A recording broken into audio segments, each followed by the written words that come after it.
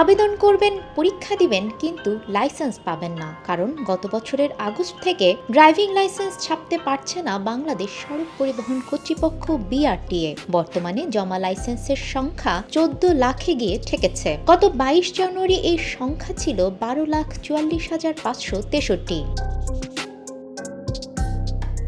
Licence ছাপার জন্য সর্বশেষ ঠিকাদার প্রতিষ্ঠান মাদ্রাজ সিকিউরিটি প্রিন্টার্সের মেয়াদ শেষ হয় গত বছরের 28 জুলাই। তখন 7 লাখ ড্রাইভিং লাইসেন্স প্রিন্টের জন্য জমা ছিল। সংশ্লিষ্টদের মতে 3 থেকে 4 লাখ লাইসেন্স প্রিন্টের অপেক্ষায় থাকাকে স্বাভাবিক হিসেবে বিবেচনা করা হয়। বিআরটিএ ড্রাইভিং লাইসেন্স দেওয়ার কাজটি পরিচালনা করা হয় প্রকৌশল শাখা থেকে। এই বিভাগের প্রধানের মতে এটি লাইসেন্স জট নয়, দেয়া হচ্ছে ই লাইসেন্স।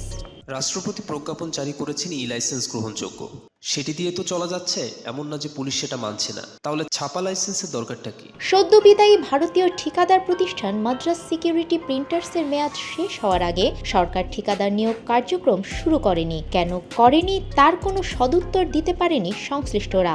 একটা কোম্পানি থাকতে আরেকটা কোম্পানি নেওয়ার বিজ্ঞপ্তি দিলে চলমান কোম্পানির কাজের গতি কমে যেত। আমরা চেয়েছিলাম তাদের কাজগুলো সময়ের মধ্যে গুছিয়ে নিতে, কোনো ধরনের ঝুঁকি নিতে চাইনি। তবে আসল কারণ জানালেন নাম প্রকাশে অনিচ্ছুক বিআরটিএর সংশ্লিষ্ট এক কর্মকর্তা। একটি উন্নত মানের কার্ডের দাম 80 থেকে 90 টাকা। তাতে চিপ বসাতে আরো 25 থেকে 30 টাকা খরচ আছে। তারপর ছাপা খরচ, মেশিন ও জনবলের খরচ রয়েছে।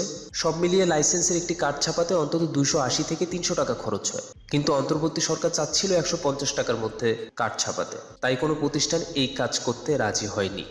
2021 সালে ছাপার অপেক্ষায় থাকা 14 লাখ লাইসেন্সের জট সামাল দেওয়ার দায়িত্ব দেওয়া হয় সেনাবাহিনী পরিচালিত রাষ্ট্রায়ত্ত প্রতিষ্ঠান বাংলাদেশ মেশিন টুলস ফ্যাক্টরিকে। সদ্য বিদায়ী ঠিকাদার মাদ্রাজ সিকিউরিটি প্রিন্টার্স কাজে যুক্ত হওয়ার পর প্রতিষ্ঠানটি নতুন জমা পড়া আবেদন নিয়ে কাজ করা শুরু করে, আর পুরনো জট সামাল দেয় সেনাবাহিনী। এবারও রাষ্ট্রায়ত্ত প্রতিষ্ঠানকে কাজে লাগানোর আলোচনা উঠেছিল, কিন্তু সড়ক পরিবহন ও সেতু মন্ত্রণালয় সেই প্রস্তাবে রাজি হয়নি। পরে খোঁজ নিয়ে জানা গেছে বাংলাদেশ মেশিন টুলস ফ্যাক্টরি এবার ঠিকাদারি কাজ পেতে দরপত্রে অংশ নিয়েছে। তাই তখন সরাসরি প্রতিষ্ঠানটিকে সরকার দায়িত্ব দিতে পারেনি।